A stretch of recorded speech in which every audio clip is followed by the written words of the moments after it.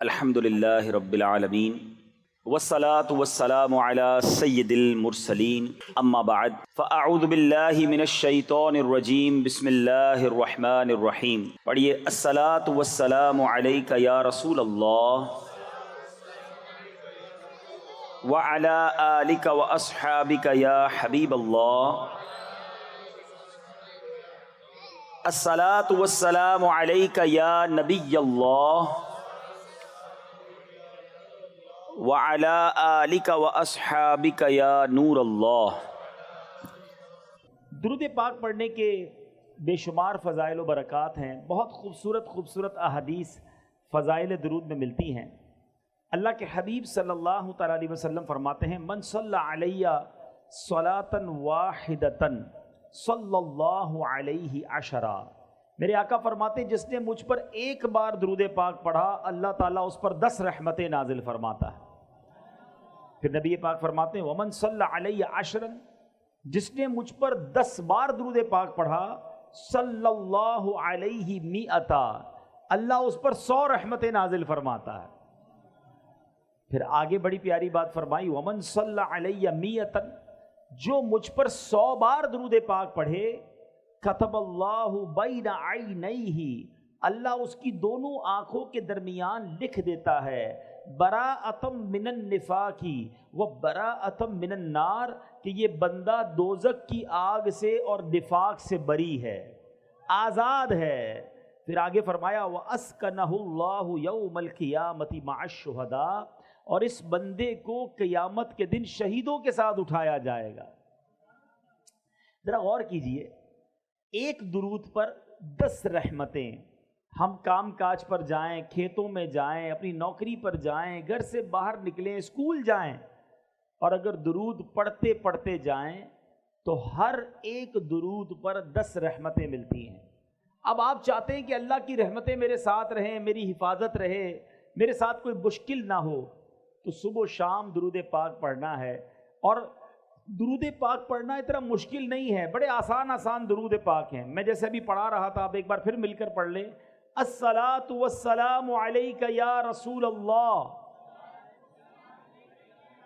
کتنا آسان درود پاک ہے، یہ یاد کر لیں، پڑھتے رہا کریں. اچھا، پھر 100 بار پڑھنے والے کو کیا بتایا؟ اللہ اس کی آنکھوں کے درمیان یعنی پیشانی پر لکھ دیا جائے گا کہ یہ بندہ دوزخ سے بھی بری ہے، منافقت سے بھی بری ہے، اور انشاءاللہ قیامت کے دن شہیدوں کے ساتھ اٹھایا جائے گا. دنیا کا دستور ہے میرے بیٹے اسلامی بھائیوں، کام تھوڑا کرے نا تو مزدوری تھوڑی ملتی ہے، کام مشکل کرے، محنت زیادہ کریں تو پھر مزدوری زیادہ ملتی ہے. مگر اللہ کی رحمت دیکھو، کام تھوڑا کرو پھر بھی برکتیں زیادہ عطا فرماتا ہے. 100 بار درود پاک میں کتنی دیر لگتی ہے؟ تسبیح ہاتھ میں لیں، آدھے گھنٹے میں آپ کے 100 درود پاک پورے ہو جائیں گے، شاید آدھے گھنٹے سے بھی پہلے پورے ہو جائیں گے. لیکن نیکیاں، اجر، ثواب، انعام کتنا زیادہ ہے. ہر دوسرے آدمی کے ہاتھ میں موبائل فون ہے اور گھنٹوں موبائل پر لگے رہتے ہیں، اپنا وقت ضائع کرتے ہیں. ایسا نہ کریں. یہ زندگی ایک ہی بار ملے گی، ایکسٹرا ٹائم نہیں ملے گا. اسی زندگی میں آخرت کی تیاری کرنی ہے. جو موبائل کا استعمال کرتے ہیں نا، میری بات جلدی سمجھ جائیں گے، ہمارے موبائل پر ایک کبھی میسج آتا ہے کہ آپ کا بیلنس ختم ہونے والا ہے، پیسے ڈلوا لیجئے. آتا ہے نا میسج. انٹرنیٹ اگر پیکج لیا ہے تو پھر میسج آئے گا کہ انٹرنیٹ پیکج ختم ہونے والا ہے، تھوڑا ہی رہ گیا ہے، جلدی سے پیسے ڈلوا لیجئے. اب جس کے پاس پیسے ہوتے ہیں وہ ڈلوا لیتا ہے. لیکن زندگی ختم ہونے سے پہلے کوئی میسج نہیں آئے گا کہ جناب آپ کی زندگی 1 مہینہ رہ گئی ہے، اب آخری 15 دن ہے، توبہ کر لیجئے. اب 1 ہفتہ رہ گیا ہے، اللہ کو راضی کر لیجئے، اب سجدے کر لیجئے، اب توبہ کر لیجئے. نہیں، کوئی میسج نہیں آئے گا، کوئی پیغام نہیں آئے گا.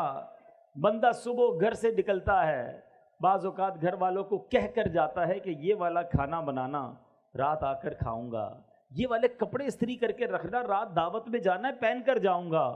کپڑے استری کیے ہوئے رہ جاتے ہیں، کھانا تیار رہتا ہے، مگر بندہ نہیں آتا، اس کی لاش آتی ہے، اس کا جنازہ آتا ہے. ایسا ہوتا ہے نا، ہمارے ساتھ کوئی دوپہر کو ہوتا ہے اور رات وہ قبر میں پہنچ جاتا ہے.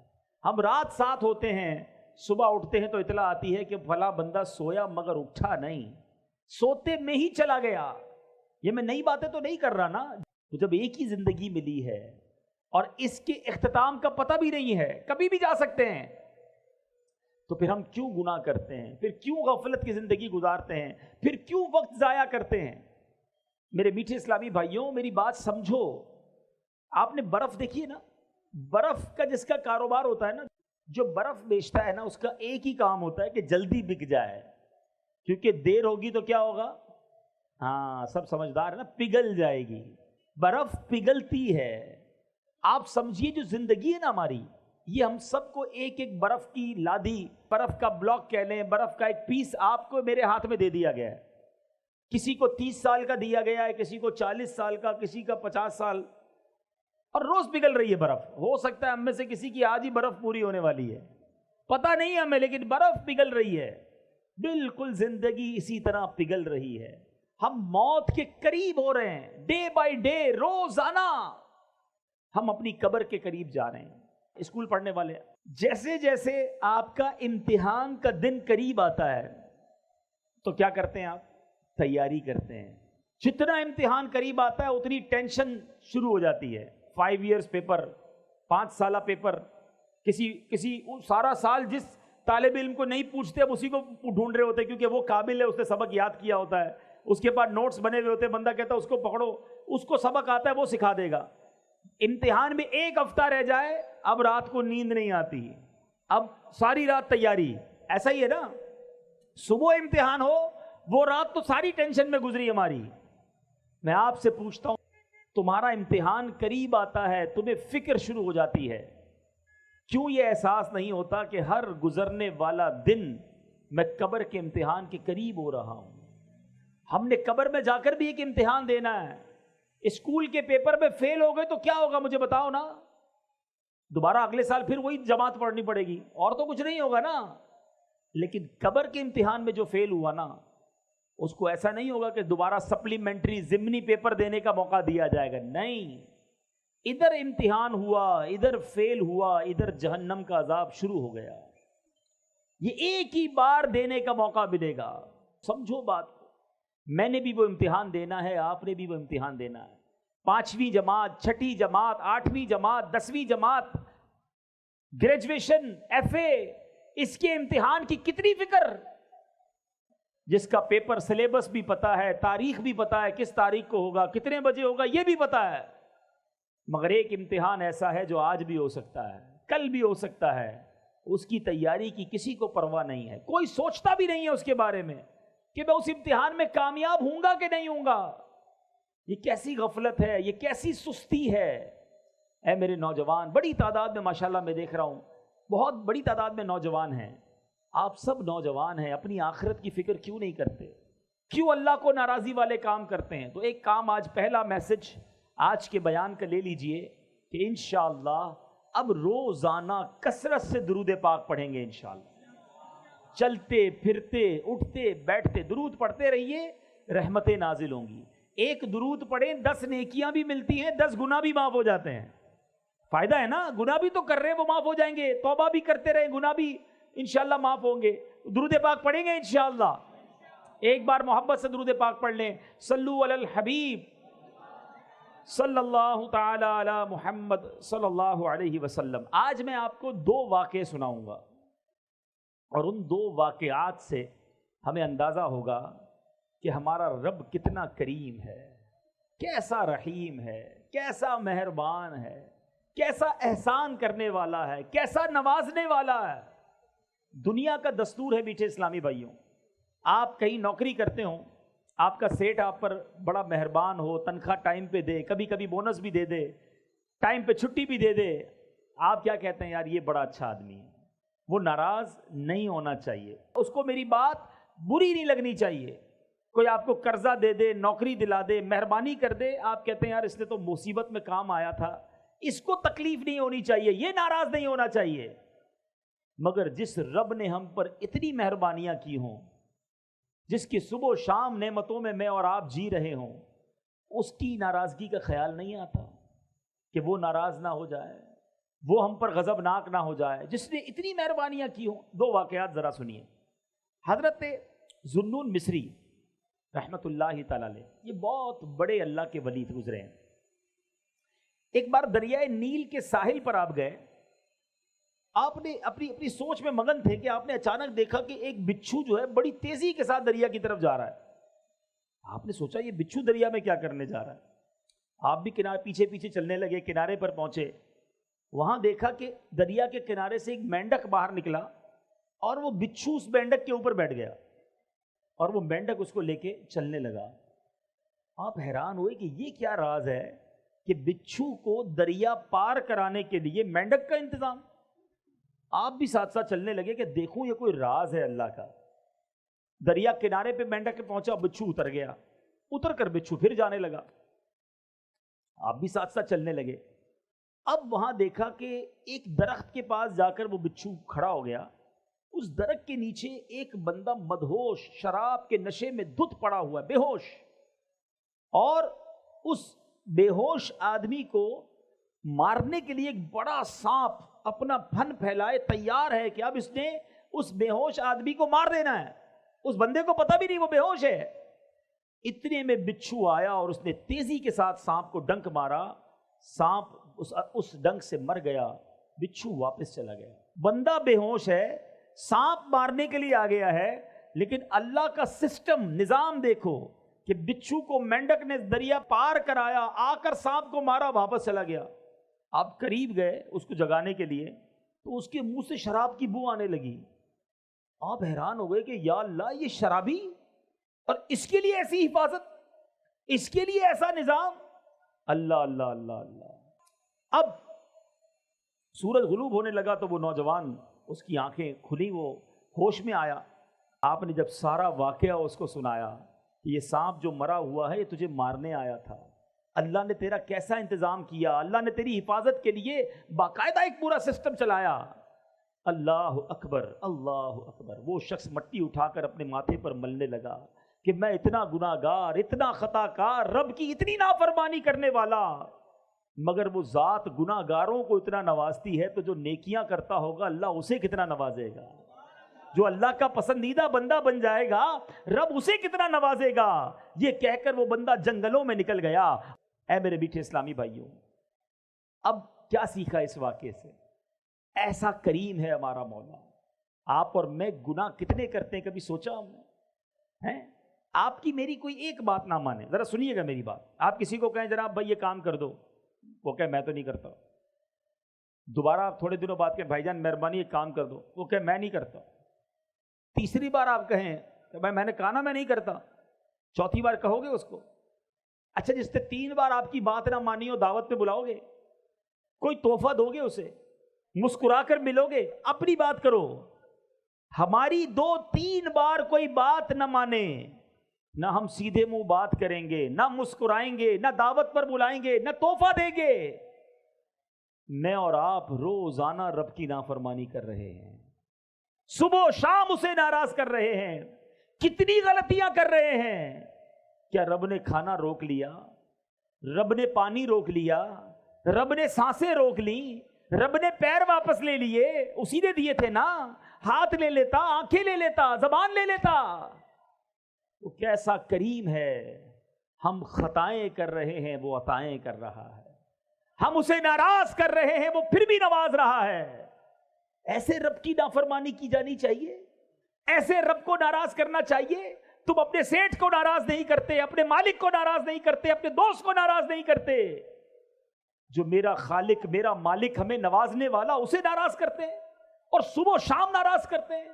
سوچئے جب ناراض کرنے والوں پر وہ اتنا مہربان ہے تو جو راضی کرے گا اسے کتنا نوازے گا، اسے کیسا نوازے گا۔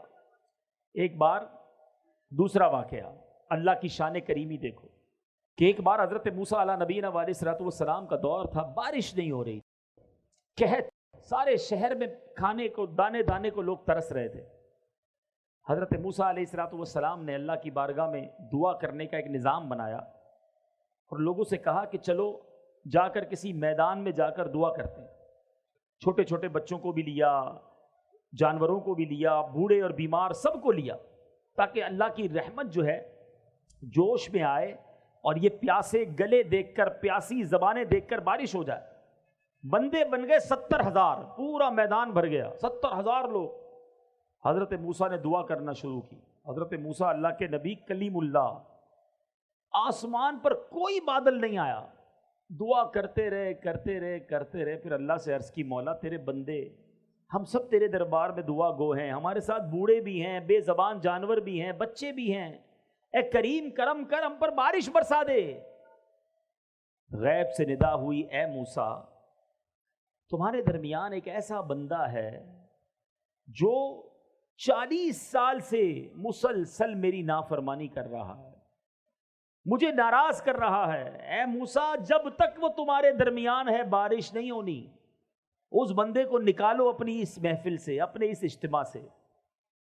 حضرت موسیٰ نے کہا یا اللہ 70,000 لوگ ہیں، میری آواز سب تک کیسے پہنچے گی؟ ابھی تو پیچھے تک میری آواز اس لیے پہنچ رہی ہے کہ مائک لگا ہوا ہے، اگر مائک نہ ہوتا تو یہ پیچھے والے مجھے نہ سن سکتے تھے، ٹھیک ہے نا؟ لیکن 70,000 کا اے اللہ میں آواز تو لگاؤں گا، آواز کیسے پہنچے گی؟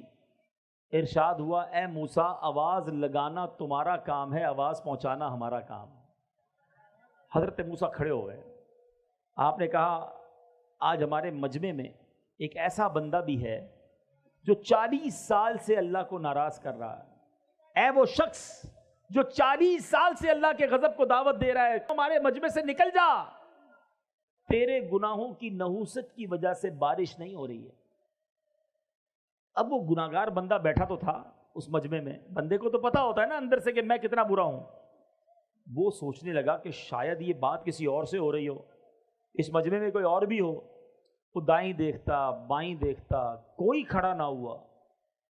اب اس نے سوچا اگر میں کھڑا ہو گیا تو سارے گاؤں کو پتہ چل جائے گا، 70,000 لوگوں کو پتہ چل جائے گا کہ میں 40 سال سے اللہ کو ناراض کر رہا ہوں۔ اس بندے نے کیا کیا؟ سر جھکایا اور اللہ سے عرض کی مولا میں مانتا ہوں میں نے تیرے بڑے گناہ کیے ہیں، تیری بڑی نافرمانیاں کی ہیں، مگر مالک آج بچا لے۔ اگر آج میں کھڑا ہو گیا 70,000 لوگوں کو پتہ چل جانا ہے کہ میں تیرا نافرمان بندہ ہوں، مالک آج میرے عیب چھپا لے، میں تجھ سے وعدہ کرتا ہوں کہ آج کے بعد تجھے ناراض نہیں کروں گا۔ اس بندے نے کیا کیا؟ صرف دل سے پکارا۔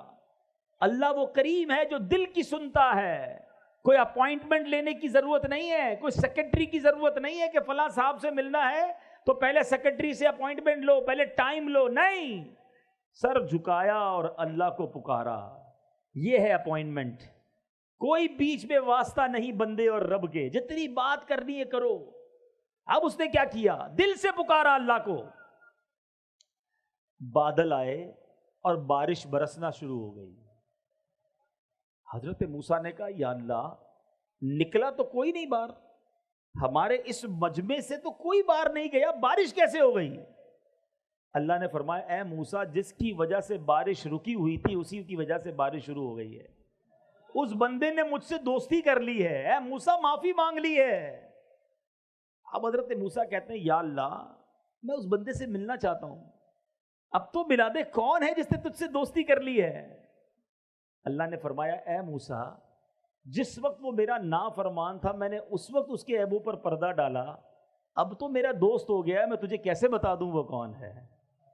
کھڑا ہو جاتا تو پتہ چل جاتا نا، ٹھیک ہے توبہ کر لی بندے نے مگر بندہ یہی تھا، اگر حضرت موسیٰ سے بھی ملاقات ہو جاتی تو پتہ چل جاتا۔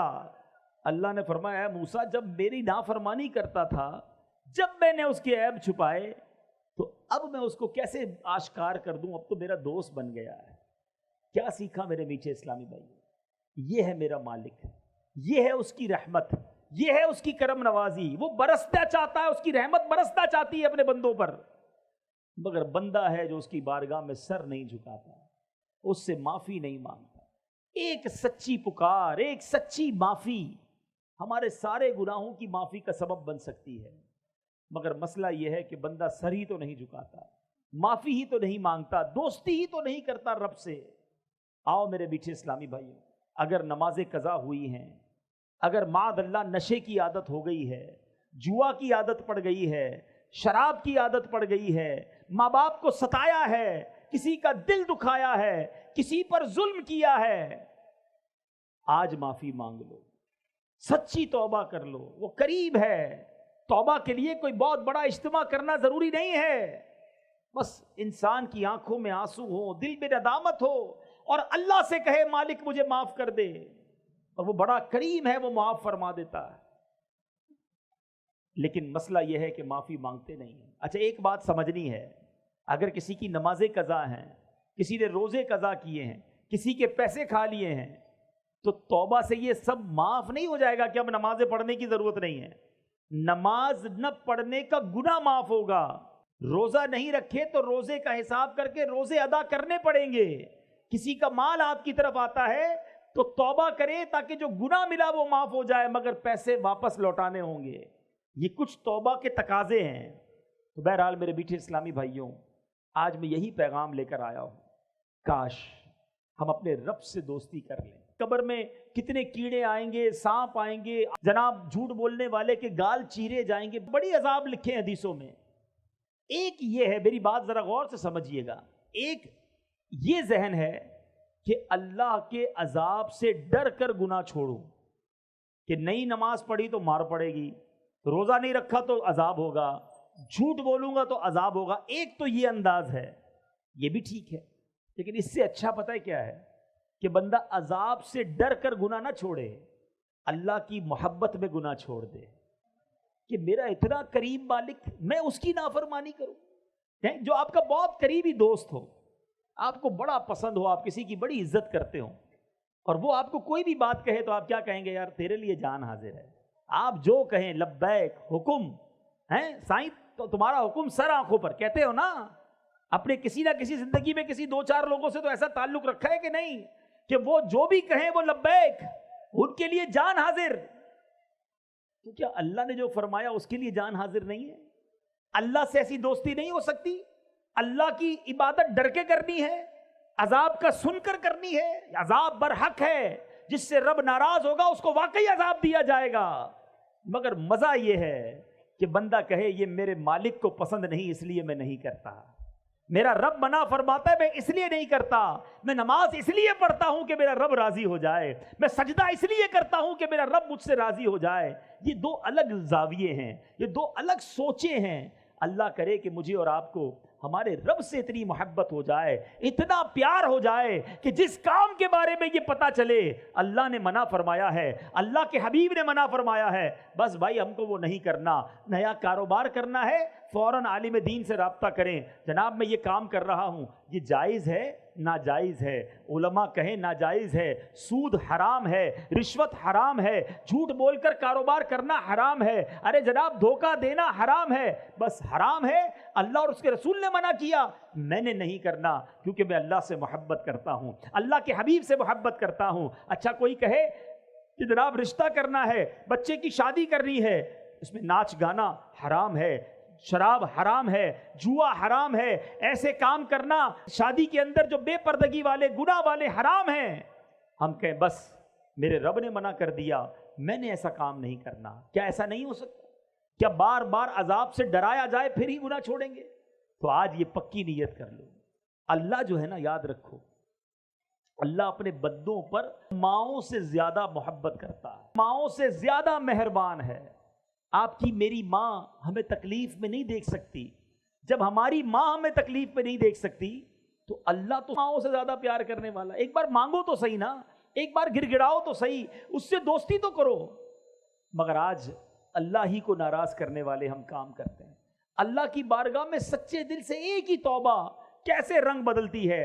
ایک بار حضرت عمر رضی اللہ تعالیٰ عنہ کہیں جا رہے تھے، ایک بندہ آپ کے سامنے سے گزرا، اس کے ہاتھ میں شراب کی بوتل تھی، حضرت عمر نے دیکھ لیا، فرمایا بتاؤ کیا ہے؟ اچھا حضرت عمر بڑے جلالی نا، فوری طور پر سزا سنانے والے، شراب کی بوتل ہاتھ میں۔ حضرت عمر نے کہا بتاؤ کیا ہے؟ وہ شخص کہنے لگا اگر میں نے عمر کو بتا دیا کہ شراب کی بوتل ہے تو گیا، مارا گیا۔ اب سامنے کھڑے حضرت عمر، کتنا وقت ملا ہوگا اس کو؟ اس نے دل ہی دل میں ٹیلی فون لائن فون نہیں ملانا پڑتا توبہ کے لیے، خط نہیں لکھنا پڑتا، دل ہی دل میں اللہ سے کہا یا اللہ آج بچا لے، عمر کے سامنے ذلیل ہونے سے بچا لے، اے اللہ آج کے بعد شراب نہیں پیوں گا، بس اتنا ہی کہنا تھا۔ اور حضرت عمر سے کہتا ہے حضور اس بوتل میں سرکہ ہے. آپ نے فرمایا مجھے دکھاؤ. بوتل نکال کر لرزتے ہاتھوں سے حضرت عمر کے ہاتھ میں دیتا ہے. شراب کی بوتل ہے. حضرت عمر جیسے اس بوتل کو ہاتھ میں لیتے ہیں وہ سرکے میں تبدیل ہو چکی ہوتی ہے. یہ ہے میرا مالک، وہ عیبوں کو چھپانے والا، گناہوں کو معاف کرنے والا، بندوں کو بخشنے والا. پنجابی شاعر کہتے ہیں نا، ایک گناہ میرے ماں پیو ویکھن مینوں عمری منہ نہ لاویں. ہمارے ماں باپ، ہمارے رشتہ دار ہمارا کوئی گناہ دیکھ لیں ناراض ہو جاتے ہیں، منہ دیکھنا بند کر دیتے ہیں. ایک گناہ میرا ماں پیو ویکھیں مینوں عمری منہ نہ لاویں. لکھ گناہ میرا مالک ویکھے وہ پھر بھی پردے پاوے. اللہ کو کتنے گناہ پتہ ہیں، ہمارے سب پتہ ہے، جو کیا وہ پتہ ہے، مگر ہماری عزتیں بھی باقی ہیں، لوگ ہمیں نیک بھی سمجھ رہے ہیں، ہماری واہ واہ بھی ہو رہی ہے، مگر وہ مالک جانتا ہے کہ کب کب کہاں کہاں کیسے کیسے ہم نے اسے ناراض کرنے والے کام کیے. ایسے کریم کو ناراض نہیں کرنا چاہیے، ایسے کریم کی نافرمانی نہیں ہونی چاہیے. آؤ میرے میٹھے اسلامی بھائیوں، آج یہ پکی سچی نیت کر لیں. یہی کام ہو گیا تو اجتماع وصول ہے کہ آج میں اور آپ یہ سچی نیت کر لیں کہ آج کے بعد ہماری کوئی نماز قضا نہیں ہوگی. ایسے نہیں میرے میٹھے اسلامی بھائیوں، ایسا نعرہ لگاؤ کہ شیطان ادھر سے دور بھاگ جائے.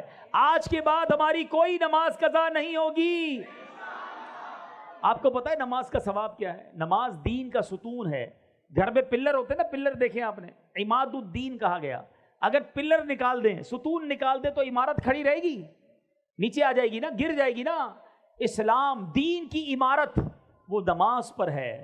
نماز جنت کی کنجی ہے. نماز پیارے آقا کی آنکھوں کی ٹھنڈک ہے. نمازی کو نبی پاک کی قیامت کے دن شفاعت نصیب ہوگی. اور نمازی کے لیے سب سے بڑا انعام یہ ہے کہ اسے بروز قیامت اللہ کا دیدار کرایا جائے گا. اللہ کا دیدار کریں گے نا انشاءاللہ. تو اب نیت کر لیں، آج کے بعد کوئی نماز قضا نہیں ہوگی، فلمیں ڈرامے نہیں دیکھیں گے، گانے باجے نہیں سنیں گے، حرام روزی کے قریب بھی نہیں جائیں گے. تو میرے میٹھے اسلامی بھائیوں، سچی توبہ یہ کرنے کی نیت کر لیں. ہماری دعوت اسلامی یہی چاہتی ہے کہ ہم نمازی بن جائیں، ہم سنتوں کے پابند بن جائیں، ہم گناہ چھوڑنے والے بن جائیں، ہم نبی پاک کے سچے عاشق بن جائیں. اللہ تعالیٰ عمل کرنے کی توفیق عطا فرمائے. صلو علی الحبیب صلی اللہ تعالی علی محمد صلی اللہ علیہ وسلم.